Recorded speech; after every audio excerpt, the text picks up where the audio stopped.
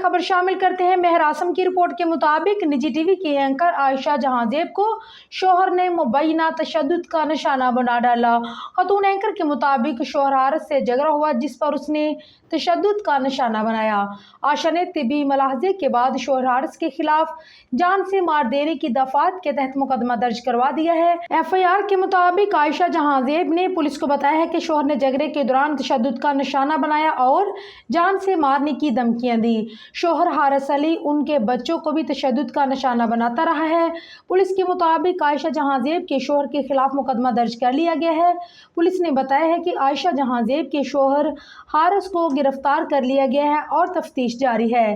दूसरी जानिब वज़ीर आला पंजाब मरियम नवाज ने आयशा जहांजेब पर शोहर के तशद्दुद का नोटिस ले लिया और पुलिस से रिपोर्ट तलब कर ली।